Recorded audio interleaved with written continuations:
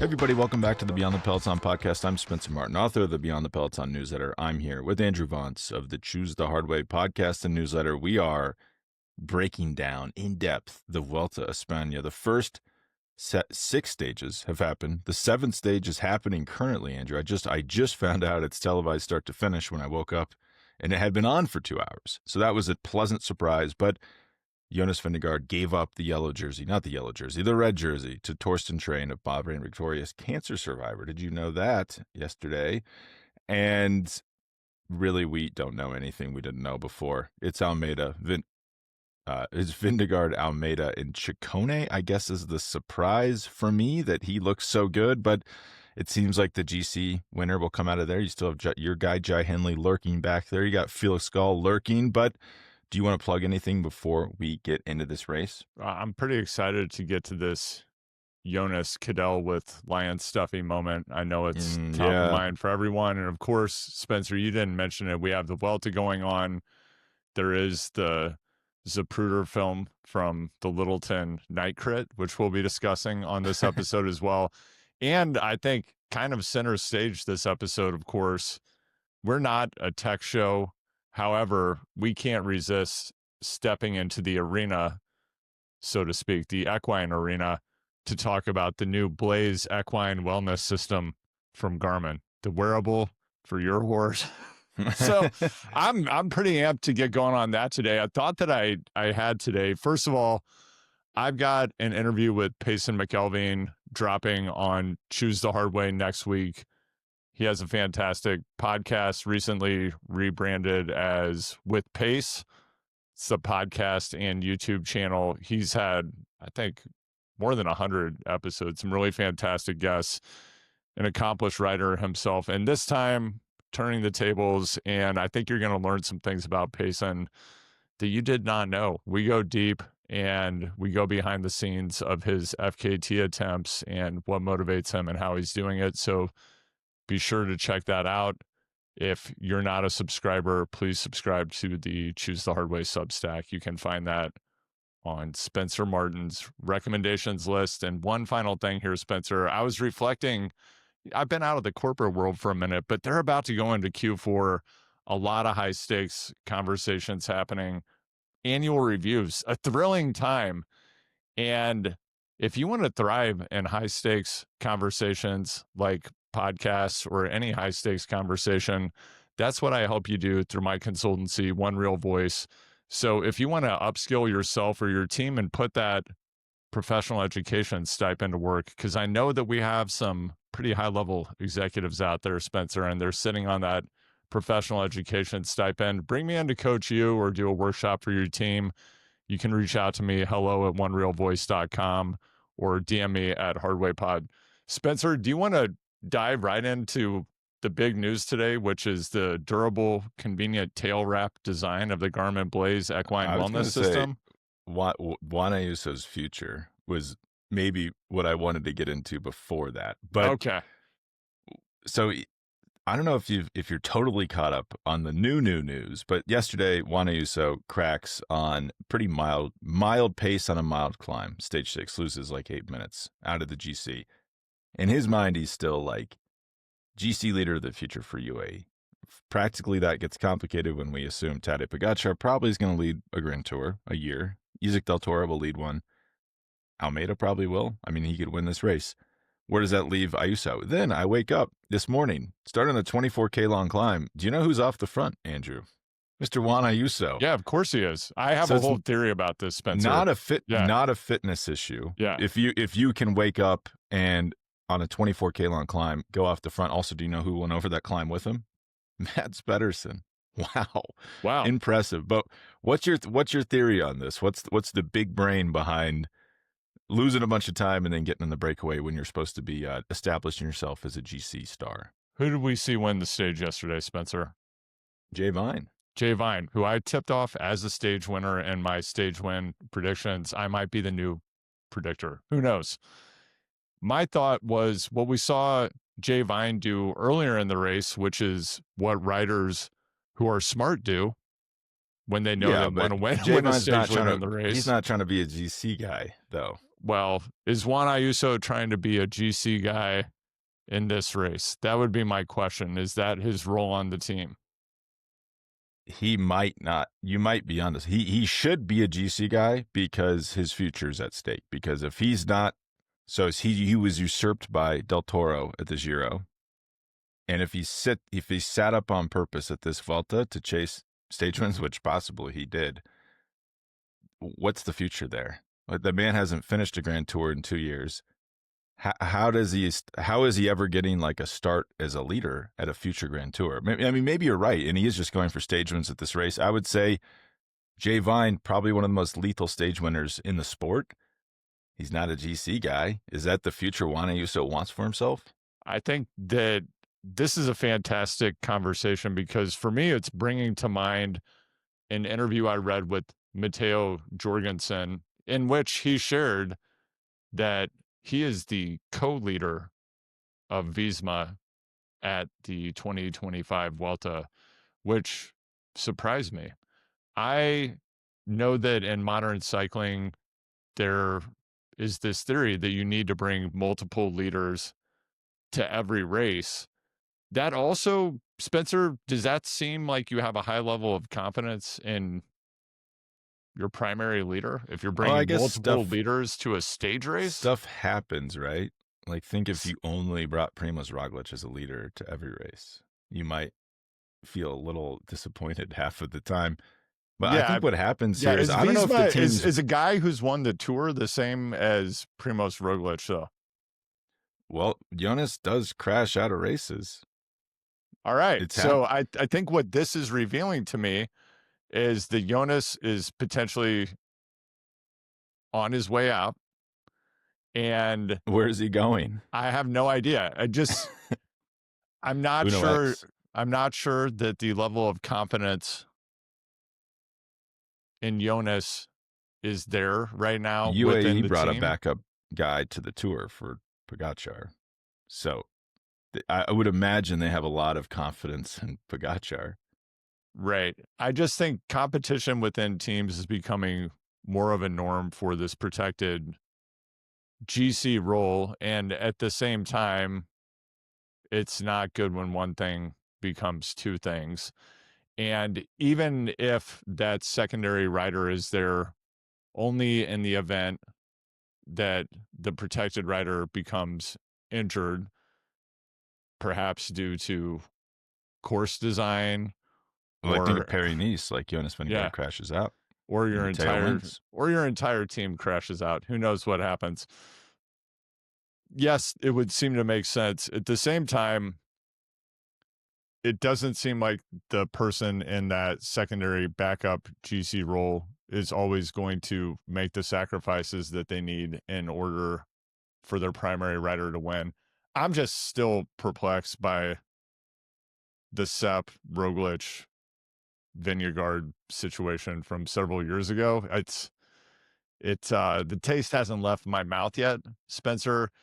And with Ayuso, my feeling is this wasn't an Ayuso decision yesterday to get shelled, and I don't think it was a case of him not having the fitness.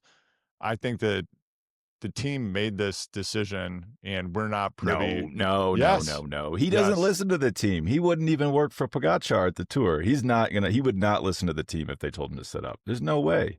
So you think they just sent this rogue rider who's ripping around on a land speeder out there, going to the Dagobah system to see There's no control over these riders. If anyone has any thought that like these decisions are organized by the teams, like these riders are running the show in modern cycling. Like there's because as you say, Visma doesn't want two leaders at this race. Like Jorgensen says, I want to lead the race. And like, what choice do they have? Either he leaves and they have to race against him, or he's in the tent pissing out rather than out of the tent pissing in. Like, I don't think the teams want two leaders. I think these riders are just more empowered now to say, I'm the leader, even if Jonas is here. I think it's kind of ruining. I think what is happening is, I don't know if you've noticed, all the good GC riders are on like 3 teams.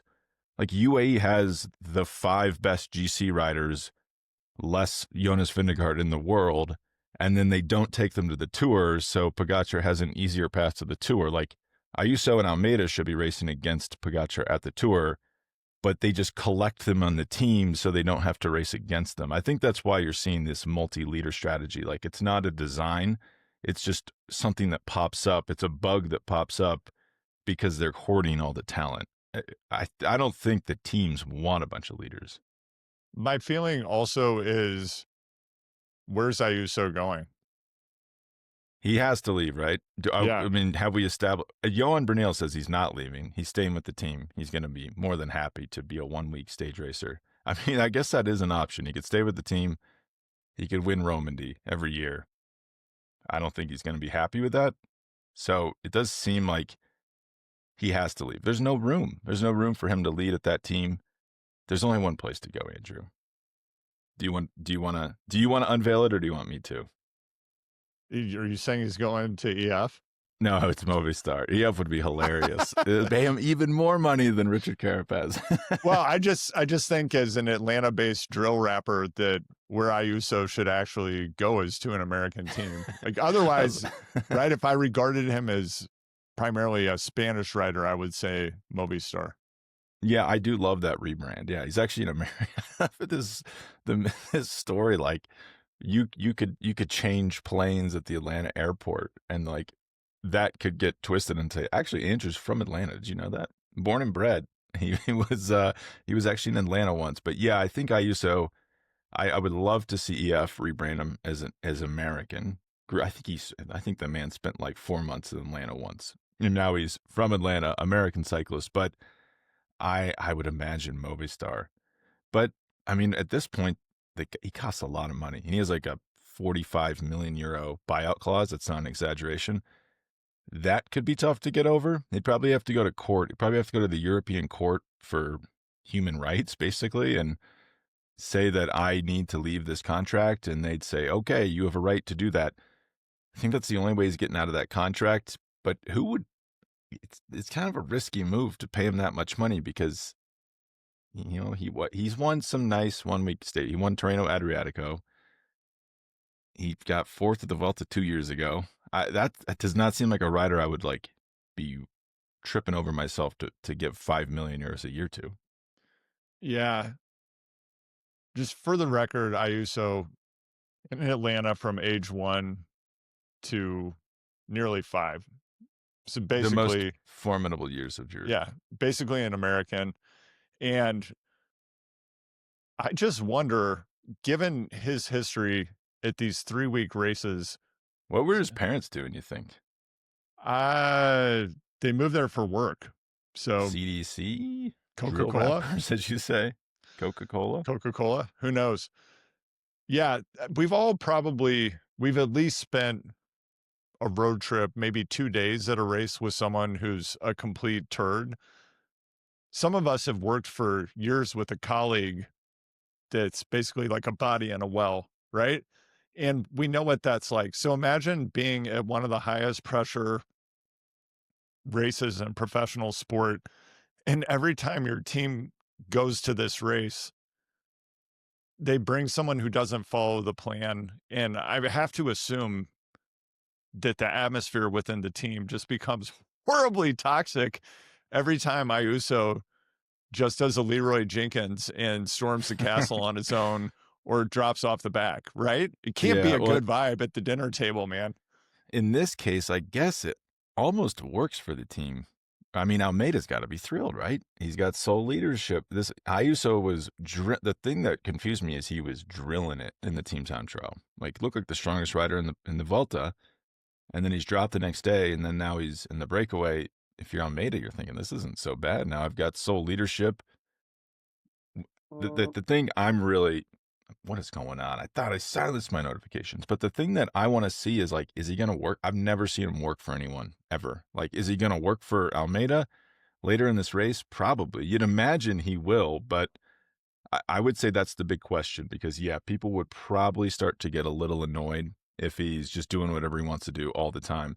Apparently, he has like a father-son-esque relationship with one of the main managers, so maybe it doesn't matter, and he can do whatever he wants, and it doesn't matter if the team is upset. But speaking of bad vibes, Andrew, you mentioned Jonas Vingegaard might be heading out of Visma. That sounds absurd, like a provocative statement to say. There's some weirdness going on there, though. Like, it is a little strange. And then I still can't get over the statements from his manager/wife. That, to me, is like, well, of course they're not going to let you skip camps to put your floors in. That's absurd that you would even think that that's an expectation. But, we saw him after, what was that, stage 3, David Gaudu, beautiful, beautiful dive bomb. This man would be at home at Tulsa Tough to win the stage. Vingegaard pushes a camera out of his face while he's cooling down and then is venting about it, seemed to suggest it's not allowed before saying that's racing, and then it ends. But you hinted at it. That's Cadell-esque behavior, and you never want to go to the Cadell zone. Do you agree? Perhaps we should, for anyone who's listening that doesn't remember with perfect detail what happened in that finish with Gaudu and why Vingegaard, I think you said with Cadell Evans' dog. Who doesn't remember that? Well, we can also get into, I'm thinking specifically about the Cadell. Cadell had a real fondness for the lion stuffy that was given to him daily on the podium when he was wearing the yellow jersey, and yes, his dog as well. But if someone would try to touch the stuffy, he would become very upset. And Vingegaard had a similar moment while cooling down. And again, I'm of two minds about this. It's kind of easy to poke fun at this, and then at the same time, just think about anyone trying to talk to you after you did BWR Kansas, you just crossed the line. Imagine somebody like running up and sticking a camera in your face and wanting some articulate statement about what the guy in the group did who dropped the bottle and, was changing songs on his iPhone and nearly ran you off the road, which happened to me. Yeah, you rarely see these top guys crack like that, though. That's true. Yeah, like think of kind of part even of the Matteo job. Jorgensen. Like if he's pissed, he's like just giving the key messages in the interview. You never even really know. Like some of them are just so good at hiding everything. Yeah, and that's why cycling is so uninteresting from a personality's point of view. So maybe I like the fire, but going back to what did Gaudu do in the corner? So for people out there who haven't been out to Lenexa, you haven't been to the Budweiser distributorship on a Tuesday night. Gaudu has, clearly. The Kansas City greater metro area, I think that's in Lenexa. That's where the training crib would go down on Tuesday nights. Spencer and I both cut our teeth out there. And what happened in this final corner is Jonas claimed that he was dive bombed. What's a dive bomb, Spencer?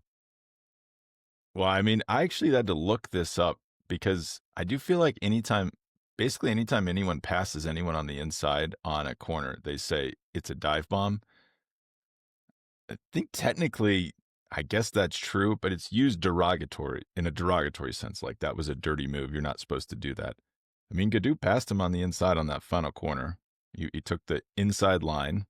Usually with a dive bomb, though, it would suggest that like everyone else had to brake to keep from crashing. That did not happen in this case. I mean, in my mind, too, I'm like, I never really bought into any of this, Andrew. Maybe I shouldn't admit this publicly. I saw a lot of good riders out there dive bombing people in the corners. I think Brad Huff probably dive bombed every corner he ever took. And you know what? He was pretty good. Won a lot of races. You should probably dive bomb if you want to win. But I don't know. Did you think I thought it was a clean pass on the inside. I didn't see anything wrong with it. Yeah. And I know most of our listeners are training between 25 and 30 hours a week and they're racing frequently.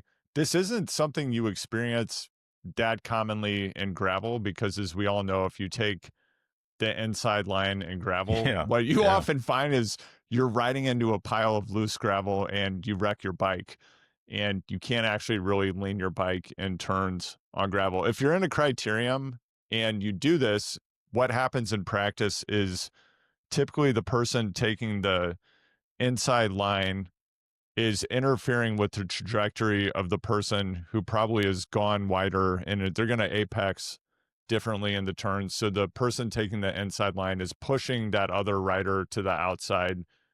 That's basically what happens. And that's probably why it's considered dangerous, because someone's having to change their line more usually around the apex of the turn when they have the least traction, and they're going to, even if they're not hitting the brakes, they might have to slow down a little bit. To your point, Spencer, if you're in front, your bars are in front, you take a better line. Well, that's bike racing, right? Well, and if a race is really fast, there's just one line. There's no inside. There's no. It's like it's strung out. I was in Washington D.C. and I had like come straight from Tulsa Tough. You know, it feels like the race is in slow motion. Like they're going 5 wide through corners, and I was just like, I'm going to take the inside every time so I can move up. You can move up 20 places in a single corner.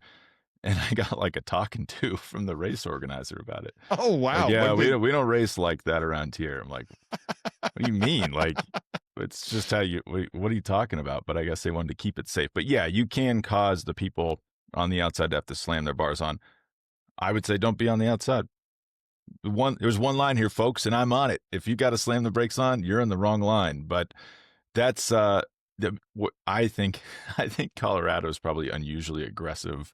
Like you could have first corner of the race, and you could crash out from someone dive bombing because you got to get to the front. You got to get in that break, get that pro contract, Andrew. But I thought in this case, even I didn't see Pedersen after break. I didn't see Jonas after break. It just looked like Gadu passed them cleanly and got out of the turn first and won the race. Like I didn't see anything wrong with it. It looked like there was an awful lot of space for everyone when I rewatched it a couple of times. I know we've kind of moved on to Jonas from Ayuso. I do want to throw out the provocation of the day. I know I said jokingly potentially Ayuso to EF. I'm maybe not that far-fetched. I don't think EF is going to have the budget to sign him. Given that I don't believe that Red Bull, we don't know what's going to happen with Lipowitz, right? Maybe Ayuso goes to Red Bull because Red Bull actually needs a Grand Tour GC rider. So after Remco Evenepoel, they then sign Juan Ayuso? Well, to your point, every team, for whatever reason now, wants to bring that backup GC contender. Maybe they bring in Ayuso. And Ayuso knows Remco's not going to deliver. This is finally his chance. I mean, yeah, the big brain move would be to go to Red Bull, knowing that you will have wide open path to Grand Tour success because Remco Evenepoel will not do it. But then you're not suggesting they have Primoz, Remco, Florian, and Juan Ayuso. They would lose Florian in this scenario. We don't know where Florian is going, and I think Red Bull is probably counting on that, and I don't think that Primoz is going to be sticking around. Well, they said they've re-signed him for next year. I don't believe it. The secret contract, Andrew, he does have a contract through next year, actually. We know that doesn't mean anything. I would be shocked if he left the team, mainly because he got third at the Tour de France. Pretty good result. Not bad. I would say. Yeah. And he's German he's the best German GC talent since Jan Ulrich on a German team owned by a German speaking company. So I would say that's a bit of a fumble if they lose that guy. Would be unfortunate. I mean, if we're being honest, I used to if we just go to the teams, like you're right, EF can't afford them, especially if they have Carapaz back. Teams that can afford him would be Ineos, Red Bull, his current team, Movistar, I guess, and there's not a lot of contenders outside of that. It's a bleak landscape out there for people wanting to make 5 to 10 million euros without being like a bang on winner. You know, that's a tough market. You're gonna have a hard time getting takers, but I think probably the boring path is the one that happens. He probably goes back to UAE. He wins Romandy next year. He's backup leader at the Giro, backup leader at the Vuelta. The issue is I don't think we ever see him at the Tour for UAE unless Pogacar doesn't go to the Tour. That would probably be an issue. The thing about Ayuso is like, you know, everyone's like, these guys are so young. Guys are so young. And they have plenty of time. He's in his 4th year as a professional. Right. And it's like, to me, it's less about age and it's more about years professional because like most guys, you get like 10 good years as a pro. And he's like halfway through that allotment. You know, that's the shocking thing about Remco Evenepoel. It's like, well, he's young. It's like he won his first World Tour race in 2019, same year Tadej Pogačar did. We're already talking about Pogačar retiring. Remco is on the exact same timeline as Pogačar, but he's talked about as like, oh, he's still getting his feet under him. But it's like the clock is ticking. Once you go pro, once you go World Tour, no matter what the age, like you don't have forever. And actually the habits get formed, and it's really hard to turn that around. There's been plenty of talented GC guys that get in a run of DNFs, run of bad results, and it's not necessarily their fault all the time. It's not like, oh, they just showed up out of shape. Like Jai Hindley has struggled with health. He's been hurt. He crashes. He has a hard time putting it together. And then you wake up and you're Wilco Kelderman and you're a domestique, even though you're super talented. Like it is, you can't just say like, oh, they have all the time in the world, because, you know, once you have a habit or a data set of like 2 or 3 years of GC results, that tends to be who you are. I mean, I know we're kind of slamming on Jonas a bit, but the thing that shocks me about guys like Jonas and Almeida look equally fast on a lot of these climbs, but Jonas just like never think how many times have you seen him just come out and have an awful day like Juan Ayuso yesterday, or just come out and DNF a Grand Tour? Almost never happens. I don't think it has ever happened. And so the consistency of these top guys is so impressive. Spencer, when I hear you tell the story that way, Ayuso just has French team written all over him. Oh yeah, like right? an FDJ signing. Yeah, yeah, switches his nationality. Passionate. Yeah, and it is. I don't know why this is. It must just be a quirk of people's personalities. But you look at Jonas Vingegaard's Grand Tour record, and it's like the consistency is undeniable. Same thing with Pogačar, and there's something different about. I mean, that's kind of the story of this Vuelta for me. It's like the best versus the rest. Like I think I said Jonas Vingegaard might not win after 6 stages, going on 7. I'm kind of like, I think Jonas is going to win, and I think we're seeing just the quality difference. I know that's annoyingly vague, between someone like Jonas Vingegaard and someone like João Almeida. I could be wrong, and Almeida could win. I hope he does, but I don't know. Jonas looks pretty in control of this race. Yeah, the Lipowitz, now I'm also thinking about Lipowitz, and yes, it makes sense. Red Bull is a German team. He's German. It makes sense that he would stay there. And then I'm also thinking about the fact that he is, 24 or 25? He's born in 2000, came up through biathlon. Shout out to Beyond the Peloton listener and our friend Dr. Scott Fry, who recently, I don't know if I should share this publicly, he disclosed to me that he's been spending some time on roller skis this summer, preparing.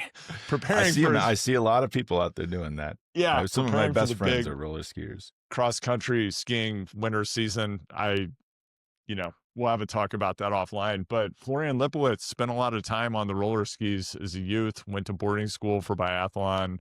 Very high level athlete in that sport. Crosses over, is a stage for Bora, I think, in 2021. Comes to the sport late. At the same time, like Primoz, has a background in snow sports. Biathlon is not ski jumping, but I have to think he's spent some time going downhill. So I don't have the Remco fear about it. I guess we don't know if he grew up racing bikes or not, right? It's always like he did biathlon, but I'm like, well, what was he doing? Do we know? Because he was on the Tyrrell KTM cycling team in 2020. Yeah. And he would have been 20 years old. Yeah. So that's like the top Austrian development team. To be on that team, you'd have to be pretty handy on the bike.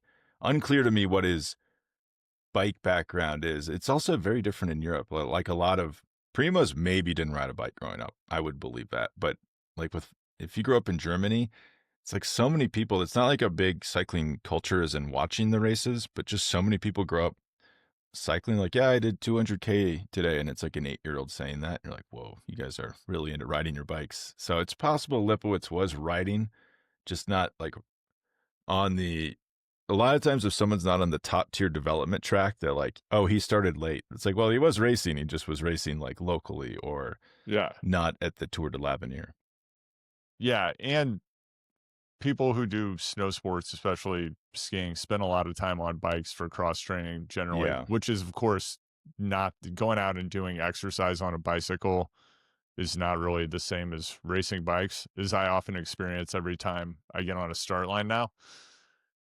But he did spend a lot of time on a bike, probably. Interestingly, like Remco, around the age of 16, 17, Lipowitz starts developing knee problems, which is what ends up taking him off this guy could have been a biathlon superstar, probably 5-6 million euro contract on the biathlon circuit.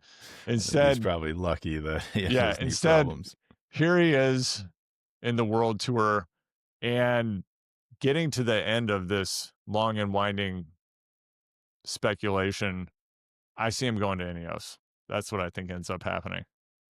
I would be shocked, but we won't write it off. There's probably someone listening to this episode that could tell us for certain if that's going to happen or not. But think about it. I think, to your point, Spencer, that champions, we used to think, oh, somebody's going to start peaking, winning the tour and be at that Grand Tour winning level of fitness. They'll have the experience much later in their career. But, I mean, look at Pogačar. Look at Lance even. I mean, winning the world championships at what?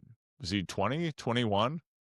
I think, yeah, he might have been 21 or 22. It was 1993. What year was he born? He was pretty good early in his career, is my point.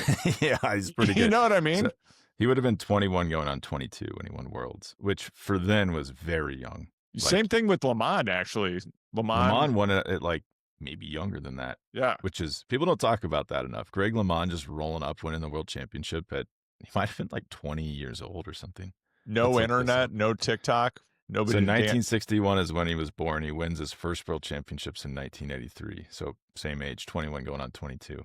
Pretty impressive. Yeah. Greg, no global dance collabs on TikTok to keep him company back in the hotel room room at night. Yeah. Just starving it out for reasons still unknown. The thing about Lipowitz is first, so he's basically been a pro for 2 years. He's been racing like Grand Tours for 2 years. One of the best starts to a career I've ever seen, other than the best Grand Tour like cold start, is Tadej Pogačar. He rolls up to the Vuelta, gets third. His next Grand Tour is the Tour, and he wins it. Not bad. He's not finished lower than second since that's happened. Lipowitz is up there though, just like rolls up, and he's just like been very consistent, getting better at stage races for the last 2 years. Next year he's got to keep improving, like he can't go back to a domestique role. And I mean, big champions don't do that either. Like no one takes a break. Like Jonas Vingegaard didn't break out of the Tour, and then it's like, and now he's working for someone else. But I guess now that I say that, he got second at the Tour, remember, in 2021. Then he came back in 2022, and he was supposed to be working for Primoz. And then Primoz crashed out. He wins the Tour. So I guess what's history look like if Primoz does not crash out of that race? We'll never know. But I think he needs to go wherever he can be the leader. I mean, do we want to talk quickly about Derek G potentially going to Ineos? Maybe not. We don't know. I definitely wanted to talk about it. I just want to make one more point about Bora and their snow connection. This is quite interesting. So we have Lipowitz, biathlon. We have Primoz, ski jumping. And then we have Anton Palzer, also on Bora Red Bull, who came from Skimo. I know that I have suggested that American professional cycling should be looking at D1, perhaps contact sports or endurance sports athletes who have been injured and can no longer participate in those sports. I still think that's a viable development path. Maybe one day I'll do a roll-up of those athletes, PE-backed. In Europe, they're turning to the snow. Yeah, I don't know if they're... Like, Anton Palzer came to them, though, right? They didn't go to Anton Palzer. Does it matter? Well, like Anton Palzer probably had bike racing experience. He's actually a pretty good rider, 10th at Tour Turkey. That's not easy to do. But I think if you let's say someone is an injured college football player, the runway you would need between discovering them, getting them on a bike, getting them good enough at racing a bike that they could race, getting them in shape, it could be like 5 years. And then they're like 26, 27 by the time they're really fast. Send them to Europe. And then like what? The thing I would worry about is you would have a team going to Europe that then is like completely outclassed or at least out of their element, that they're just not getting any results. Like, is it just too hard to learn bike racing at that age, as we've seen with Primoz and Remco? Even those guys at that level, like there is still something kind of missing from their repertoire. That's possible. You'd have to catch them as early as possible. Maybe they're generational recruits in high school and they tear an ACL. Maybe that's the case. Yeah, it would have to be like the high school timeline. Yeah. Because that gives you a Remco-esque trajectory. Yeah. Then you need to get them in the Izagem house right away. Maybe send them over on the Winter Cross program. Does that still exist? No, I don't think it does. I don't think it does. Like, actually, if you were a really talented American rider, young, does USA Cycling still send you to Europe? No, you just need to hope that your parents work in venture capital. I think that's how it works now. I don't want to out this. Someone told me, someone that was on this podcast recently, said they do, but I don't think they do. Have you ever, I'm just trying to think of people I know that have recently gone to Europe and are teenagers. I don't think they offer support any longer. Like, maybe they would send you over for like Worlds, potentially, but that's it. And as we heard from Scott McGill, he was paying his own way to World Championships when he was with USA Cycling. So yeah, pair of Jersey Mike's subs in the holsters. Wawa subs. Sorry, I know the correction. Yeah, I get a lot of hate mail about misidentifying the subs. It's tough out there for young American cyclists. Actually, the path is really. I had someone reach out to me about I would quite talented American cyclist who has won a major race this year, who is the domestic racer. They wanted, like, let's get this guy in a team, basically was the request. And when you start thinking about it logistic like that, it's very difficult. You're like, man, I don't even know. I think all I would say is get to Europe as fast as possible. Like, basically your only option, if you've missed the boat, the Jorgensen Palace boat, you got to get on like Project Echelon, right? And get to Europe and then hope you get signed by a bigger team from there. Like, there's not a lot of great paths outside of that. Wow. Spencer, this train of thought has led me to checking. I was curious who the current U.S. National Pro Criterium champion is. I am disappointed to tell you that the Wikipedia page stops in 2023. Oh, wow. Man. Wow. Oh, man. Oh, I know who it is, but I can't really say his last name that well. I can't. I was just thinking the same thing. I was wondering if it's Lucas. It's Lucas, yeah. Burgoyne? Let's go with Lucas Burgoyne. So if you were going to give Lucas advice on how to go pro in Europe, what would your advice be? I don't think Lucas wants to go pro in Europe. I think he's enjoying being the Daniel Holloway of his generation. But I don't know if the Daniel Holloway path is there anymore. Like, that's true. I don't like Daniel. I don't know how much money he was making, but I think he was like cobbling together enough between 6 days and crit racing that he was making a living. And I don't know if you can do that with the modern landscape. Right. Team time trial. Do you have any thoughts on it? Your favorite discipline? Yeah. I'm just kind of stuck on Lucas Burgoyne right now because looking at him, he is not stuck in that American crit rider build. You know, he's 66. I know, yeah. Right? He is an interesting person to think about. Yeah, he's 66 kilos. His sprint obviously is there. I don't know. I've never looked at his road race results, but just looking at him he looks like he has the frame of someone who could be like a Phillipsen almost. Yeah. Yeah, exactly.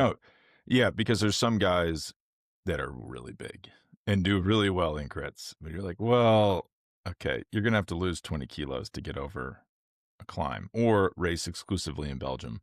Yeah. But yeah, Lucas does have the frame of a European sprinter. Yeah. Just on that note, Spencer, I know I do want to get to the team time trial, and I know we have a limited amount of time just on this planet generally and on this podcast recording today. I wanted to note, I was listening to the Trainer Road podcast yesterday, which I enjoy listening to. I think Jonathan Lee does a nice job with that, often has athletes on talking in great detail about their training. And he had Matt Beers on. Gravel fans will know Matt won this past weekend the Gravel Worlds, not the actual Gravel Worlds, but the U.S. Gravel Worlds in Lincoln, Nebraska. He wore the Runza mittens on the podium. And Matt and Jonathan got into a discussion about a question from a listener who has that. It just made me think of so many people I've ridden behind in the U.S., in the Midwest, where the guy wrote in, he's like, hey, basically, I'm a former college football player. I weigh like 240 pounds. Spencer, how many times have you ridden behind? And is probably like 5% body fat, which there's so many riders in the Midwest. If you go to a crit where you're like, is this guy going to get off the bike and go to a scrimmage for the Kansas City Chiefs backup team? But they were having this discussion about, the question was, what should I do? It's really, am I just supposed to lose muscle mass? Should I increase my FTP? Jonathan Lee was adamant. He's like, hey, don't worry about your weight, just increase FTP. And it made me think about this discussion about weight and health and professional cycling recently. Newsflash, being a professional athlete is not healthy, and you do a lot of incredibly unhealthy things to your body, and you also are constantly taking risks, the result of which might be death. The Matt Beers point of view was, hey, I'm sorry to tell you this, but yeah, man, you have to lose a lot of weight, and it's going to be extremely unpleasant. And well, you have to lose a lot of weight if you want to. I guess it depends what your goals are. Like, if you want to win Gravel Worlds, you might have to lose some weight. If you're 240 pounds, it could become an issue on certain terrain. I would say most people, though, like if you're 5% body fat and you're 240 pounds, I don't know. But if you're that person, you must be doing a lot of work to keep that amount of muscle on. You right? Most people probably are not walking around at 240 pounds with 5% body fat, just like, yeah, I eat like 3 small meals a day and I'm this big. Like, they're probably eating massive amounts. So you guess you could eat less and lose some muscle. But for most people, like, unless you're doing like the Fenestra in a race, it's not really going to hurt you that much. I mean, look at Soren Wolkenschbad, the guy on Uno X. He's like, these Uno X guys are out here winning races left and right this fall or this late summer. That guy's like 210 pounds. Like, it's, I don't know if you have to be as, especially for recreational cycling, if you have to be as light as people think, because, and I think it's a big mistake people make. Like, if you are doing major climbs, yeah, you might, like, if you're trying to win Leadville against Keegan, you might have to lose quite a bit of weight. But if there's no major climbs, like, you're not going to be punished that much for being a little heavy. Yeah. Gravel Worlds is an interesting example, because I think that's a 150-mile race, and if you haven't been to the Midwest, it's not flat. You're generally riding on rollers all day in Nebraska and a lot of Kansas and Missouri.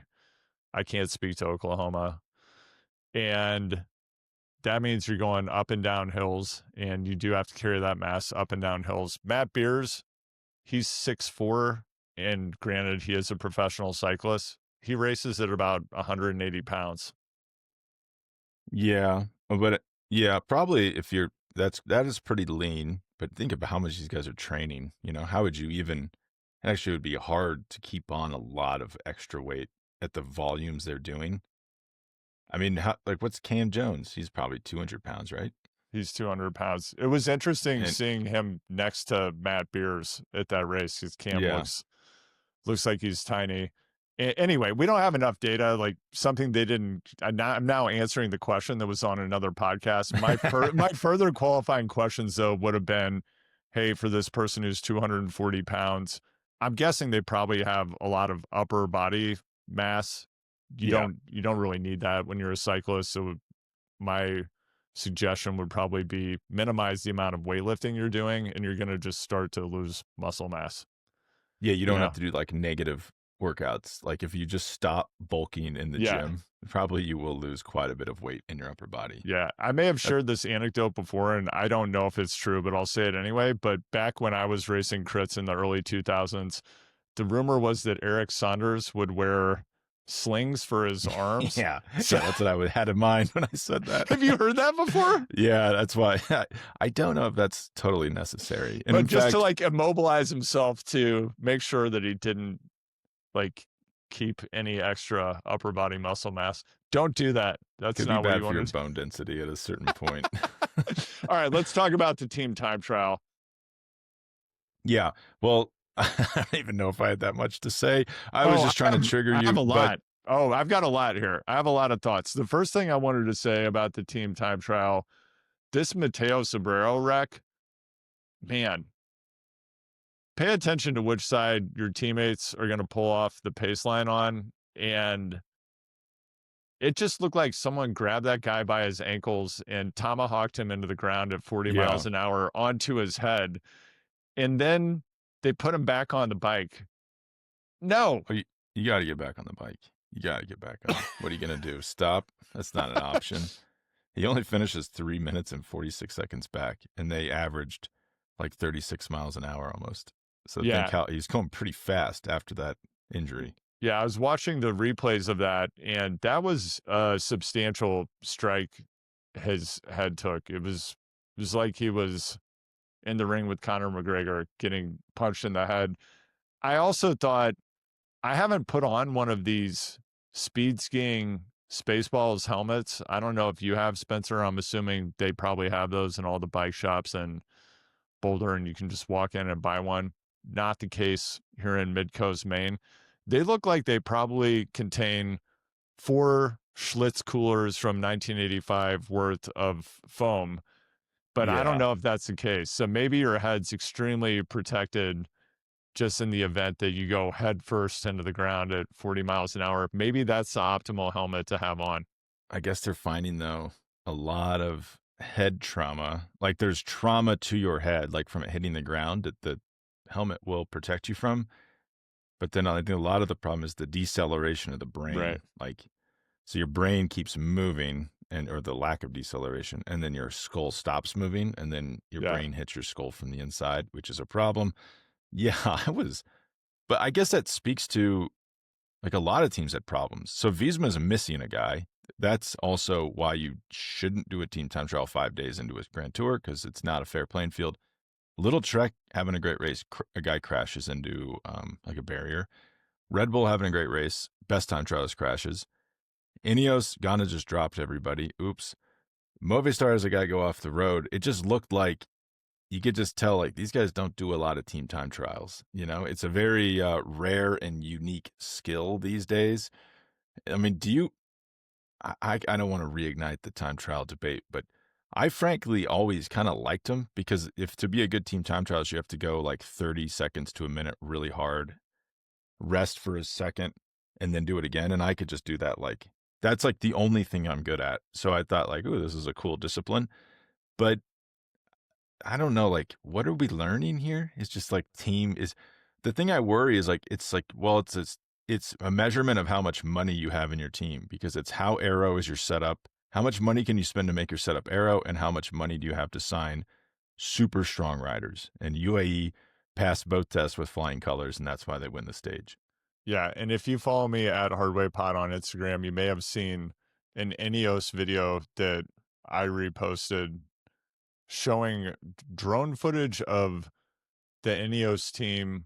I believe in 2023, they were preparing for a team time trial, and they were on what looked like an F1 track, and it was like a scene from Chips. They had cones set up. They're weaving around, practicing all of their maneuvering as a team, which looked pretty cool, actually. And yeah, I mean, that's probably just like your local F1 track in the UK. Like they're so into car racing, you're like, man, that you can find that within 4 minutes of your house. They're out at Silverstone at the testing facility. We'll definitely do that at our next Beyond the Peloton by Choose the Hard Way by Riding with JK offsite will secure an F1 track.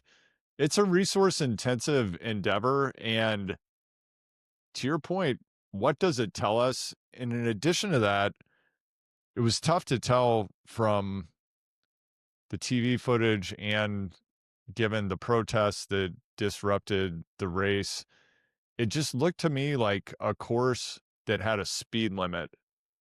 And well, I wonder, yeah, just the delta between the winners and the other teams, there was such a clustering of the teams. It didn't really seem to me that that course enabled the expression of the talent or even just the raw physical abilities of the teams involved.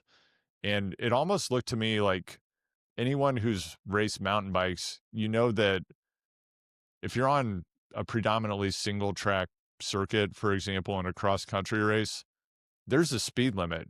You can only go so fast, and you need to try to get to the single track first after the start. And then if you're at a certain level, it becomes very difficult to catch you or pass you simply because you can only go so fast on the course. And that's what that course looked like to me.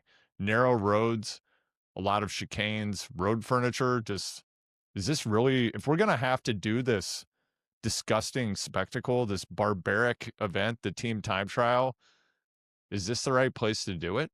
well, you did just describe Europe. It is all road furniture and narrow roads. Barbaric. But I mean, these guys are going over 40 miles an hour on the flats. Like, I don't think you can go faster than that. Because the aerodynamic, the power required to overcome like 41 to 42 miles an hour, it starts to square. Like, it becomes exponentially impossible, basically. And I think what you're seeing is these modern setups are so fast that the best teams can't go any faster. And then the let's call them the bad teams can go pretty fast. So like the ceiling's been lowered, but the floor is raised. An example of this is UAE 56.9 k an hour. That's very fast. Q36.5, 56 k an hour. Like, they're only 22 seconds back, and they don't have nearly the resources in time trialing as UAE. So yeah, I think kind of the speed's been capped, and I mean, you could do like, what? Here's a question: mountain team time trial, Andrew. Is that cool or not cool? That's definitely not cool. Well, I guess, how is that? Someone was just pressing me on this in the comments of my newsletter, and I guess I was like, well, no, of course you can't do that. But then are team time trials only acceptable because your losses are somewhat capped? It's like, well, we did this spectacle. It's not really going to matter for the GC, but they sure looked good out there flying around. I mean, my position is they're not acceptable at all. They should be removed from the sport. And if you're going to make people do them on, I would not like to see just an uphill team time trial. Putting the team out there on normal road bikes on a very short course would be more interesting to me than what we're seeing currently. They can't even control the bikes. You could tell they couldn't control them. Yeah, it's not safe. Get them on road bikes. Do all time trials on road bikes. I saw one recently at a race that I can't remember. Might have been Tour of Denmark or something. They were doing time trials on road bikes. It was awesome. Yeah. But I have news for you. The Tour de France 2026 starts with, it's a team time trial that finishes on a climb, a pretty hard climb, actually. So team time trials uphill coming to a Tour de France near you. Spencer, what's your take on Ciccone? Is he an emergent Galactico, or what's going on here? Yeah, one of my favorite Ciccone takes is, he's not just facts, is he's never finished in the top 10 of a Grand Tour. And he's never finished in the top 5 of a major 1-week stage race. He's 30 years old. So you'd say he is what he is at this point, right? He's not going to change. So that's where I am logically. When I see him yesterday, he's clearly one of the 3 strongest GC riders in this race. Like, he's attacking Vingegaard, something Vingegaard wouldn't even dare do. And it's just like, wow, this guy is on great form, a lot of confidence. I guess we don't know what would have happened to him at the Giro because he crashed out. He looks great. But I'm not an emerging Galactico, but let's say an emerging, whatever the level below Galactico is. Like, I could see him finishing on the podium at this race. Yeah. I think unexpected, exciting. We've been talking a lot about the little trek strategy of just targeting classics, stage wins, one-day races, 1 week. It's interesting to see this happening at this moment in time. And it also made me think about what's happening over at Quickstep with the shift back to classics excellence and the abandonment of Grand Tour aspirations, it would seem, with some personnel changes. How are you feeling about that? I think that's just a necessity because, I mean, they were only doing Grand Tours because of Remco. They only had Remco because Remco happened to be from Belgium. I don't know if they necessarily wanted to go towards Grand Tours. It just kind of, Remco necessitated that. But just to give you, I guess, so think about this. How many teams win Grand Tours? The last Grand Tours, just off the top of our heads, UAE won the Tour. Visma won the Giro. Vuelta last year, Red Bull, a massive budget team. Tour, UAE. Giro was won by UAE. The year before that, the Vuelta was won by Visma. The Tour was won by Visma. The Giro was won by Visma. It's all this same 3 or 4 teams win Grand Tours every year. Like, I think it's a fool's errand to try to compete with them. Like, they're spending so much money, and Visma almost caved under the pressure, financial pressure of that. If you remember, they almost went out of business in 2023. The year they won 3 Grand Tours. I would say unless you have a blank check from the boys in Salzburg or the gentlemen in the Emirates, don't try to win Grand Tours because you're gonna like cave under the financial pressure. So yeah, I think smart to go back to the classics. Smart, and when we look at who's winning the classics, especially the cobbled classics, where Quickstep historically with Tom Boonen and other riders was dominant. Given well, I think you gotta go for like an Omloop. You gotta do the Uno X program, so it's like an Omloop, Kern, E3, like that. You kind of have to chip away at the margins a little bit. Yeah, we would be remiss, Spencer. I know we're gonna have to wrap up here in a minute. We would be remiss if we didn't talk about the Vuelta that Tom Pidcock is having. Do we know? I mean, he was not dropped yesterday on the summit finish. Yeah. What are we getting out of Tom Pidcock? Andrew, I have not talked to you about this. I talked to someone else about it. So stage 3, David Gaudu wins that stage, dive bombed his way to it. Is that not the perfect Tom Pidcock finish? He's nowhere to be found on that finish. Like, what? That's kind of weird to me. And Tom Pidcock seems to, I mean, this Tom Pidcock, as many thoughts as I have about his aspirations to be a stage race winner and some of his performances in 2024, 2025. The guy is a generational talent. And what I've observed in this race, and I think we've seen it a number of times this year, he just doesn't seem to quite read the race very well when it is finishing. And it seems like he's always putting in the effort at the wrong moment. Again, very easy to say, not being in the midst of the race, but it seems like he has a race-winning effort.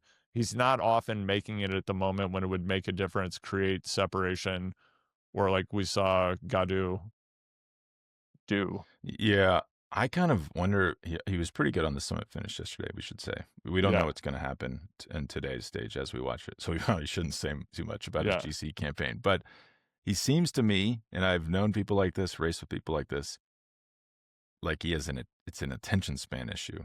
You know, if you have extreme ADHD, I think it can be hard to, like, it takes a lot of focus. To do what David Gaudu did takes a lot of focus. And I think Pidcock often is just bored by the race. He's just, why we're riding along here? Oh, we're finishing. Oh, I'm out of position. Like, he just is not I would not say he's amazing at like positioning himself in the bunch to finish, which doesn't make sense because he's the best bike handler in the group. Like, he's a better bike handler than anybody here. He should be able to carve his way through groups. And the weirdest thing about Pidcock is he's a great rider. But before the race, he's like, I'm targeting stages and top 10 GC. We're like, whoa. It'd be like if we were like, we're going to the Victoria's Secret show. We're targeting, we want to be rich and marry 2 of the models by the time we leave. It's like, wait, what? Like, that's a lot you just threw out there.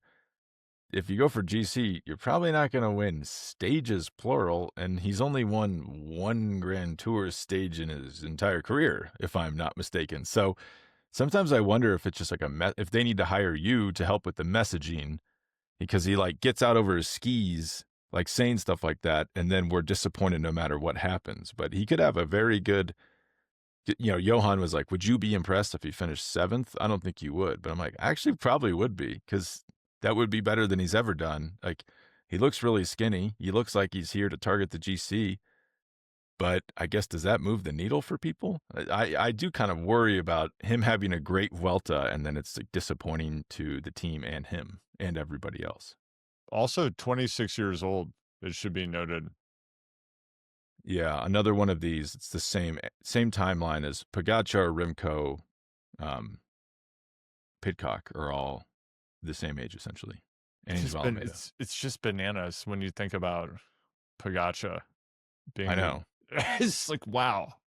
Yeah, and like you're like, oh, Pidcock's just he's just still finding his legs as a racer. We don't really know what he is, and you're like, Pogačar's halfway to Eddie Merckx's career win total by now. Unbelievable. Yeah, not too bad. And did we talk about this? Jonas we did the Vuelta preview last week. We talked about Jonas going for Worlds, because I remember last year you were like, yeah, Jonas says he's going to try to win Worlds. And I was like, whoa, that's like a year out. That's an early runway to say you're going to win World Championships or race it. Maybe give yourself some time. And then now he's saying he's not going, which does make sense, but maybe they didn't need to release that to say that he's targeting Worlds the year after the Worlds are happening. So he will not be winning World Championships against Tadej Pogačar because he will not be there. I'm targeting Worlds 2029. 2029. Yeah. It's a good course. I actually do want to go to Worlds 2027. So we should talk about that. We'll take that off. We'll take that offline. All right. Well, thank you, Andrew. Anything else before we get going? I bid you peace. Your pick for the Vuelta. Who's going to win after a week? Who do you think? Jonas. I think Jonas as well.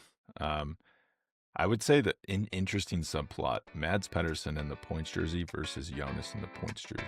Should keep an eye on that. That's going to be a close one. I would say that's probably why Pedersen is in the break today, trying to get some points. But thank you, and we will speak soon.